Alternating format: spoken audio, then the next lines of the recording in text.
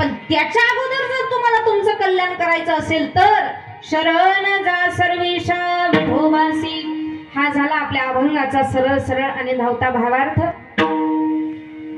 अभंगाच्या विस्तृत चिंतनाला वळण्यापूर्वी अल्पसा परिहार देणं तो म्हणजे असा, तर परात्पर परमेश्वर, परम राज्य परम रसिक, भक्त वांछल कल्पतरू, भक्त वांछल दीनबंधू भगवान पंढरीश पांडुरंग परमात्मा आणि त्याच्या सत्तेनं चाललेलं हे विश्व. या विश्वामध्ये पशु असो, प्राणी असो, वृक्ष असो अथवा मनुष्य देह असो, बाबा उत्पत्ती, स्थिती आणि लय हे जगाचे नियम सांगितले गेले. अगदी मी सुद्धा कीर्तन संपेपर्यंत इथं जागेवर ठणठणीत उभी राहते का नाही, अर्ध्यातूनच मला जावं लागते. सांगता येते का? खुशाल हा म्हणते सगळे. आता हे होतं मी तुमचं सांगितलं, पण तुम्हाला राग येऊ नये म्हणून माझ्यावर घेऊन सांगितलं. मी लय मरणार तुम्ही राहायला आले का? आपल्यातला प्रत्येक माणूस कीर्तन संपेपर्यंत इथं राहतोय का? कोणाचा क्षणाचाही भरवसा नाही. महाराज, देह हा नाशिवंत आहे, नासका आहे आणि कोचका आहे. पण मी आवर्जून सांगत असते बघा, जन्माला येताना जन्माची वेळ जरी आपल्या हातामध्ये नसली, वाक्य माझं बारीक आहे का, जन्माला येताना जन्माची वेळ जरी आपल्या हातामध्ये नसली तरी मरावं कोणत्या पर्व काळामध्ये हे आम्ही केलेल्या कर्माची शिदोरी ठरवत असतं. महाराज विठाल.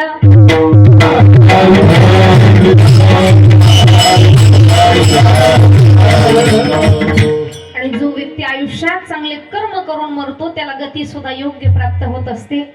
कार्यक्रमाचं आयोजन नियोजन जरी सर्वांना ज्ञात असलं तरी वक्ता या नात्यानं अल्पसा हा परिहार देणं माझं आद्य कर्तव्य आहे. गेल्या 1 वर्षापूर्वी वैकुंठवासी सौभाग्यवती सखुबाई दादाराम काळे या आजींना आपल्यातून जाऊन आज 1 वर्ष पूर्ण होत आहे. बारकाईनं विचार केला, ज्यावेळी पत्रिका माझ्या वाचण्यात आली त्यावेळी दुःख कमी आणि आनंद जरा जास्त वाटला.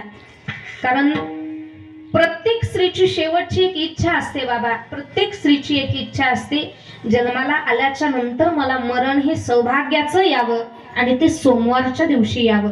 ही प्रत्येक स्त्रीची इच्छा असते. मला काय अनुभव नाही अजून, पण शास्त्र वाचून मी तुम्हाला सांगते. अजून आपलं काही झालेलंच नाही त्याच्यामुळे काही सांगता येणार नाही. प्रत्येक स्त्रीची इच्छा असते मला सौभाग्याचं मरण प्राप्त व्हावं आणि तेही सोमवारच्या दिवशी ते मरण मला यावं.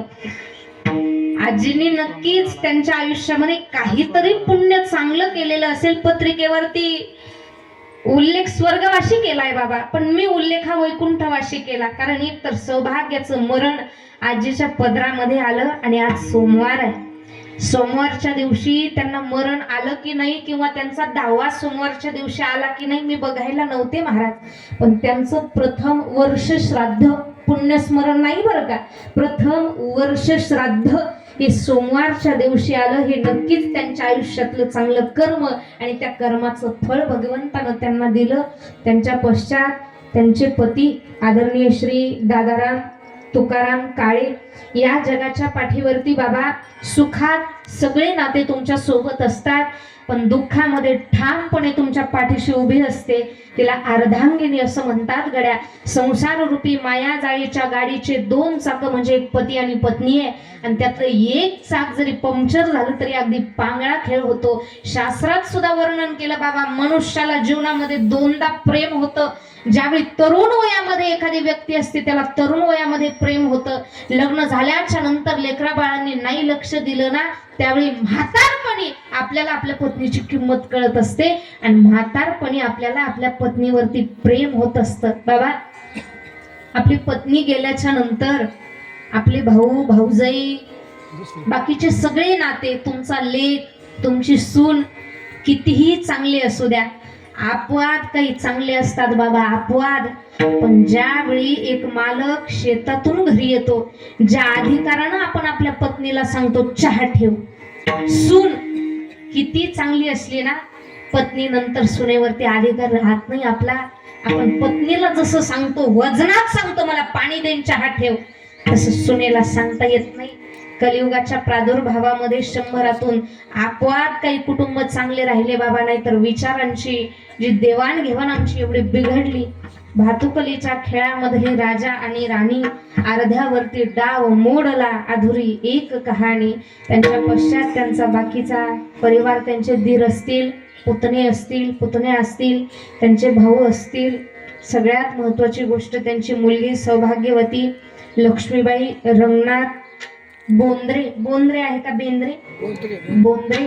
एक आई गेल्याच्या नंतर सगळ्यात जास्त दुःख कोणाला होतं ना बाबा, ते एका लेकीला होत असतं बघा. कारण लेकीच्या घरी कुठल्याच गोष्टीची कमी नसते. आई वडिलांना वाटत नाही माझ्या लेकीचं वाटोळं व्हावं, लेकीला फार मोठ्या घरात बघून दिलं, लेकीला कुठल्या गोष्टीची कमतरता नसते. पण रक्षाबंधनच्या सणाला आणि भाऊबीजेच्या सणाला ज्यावेळी एक लेक माहेरी येते ना, आज ज्या कांदे कुठं द्यायची गोष्ट असते का, लसूण कुठं द्यायची गोष्ट असते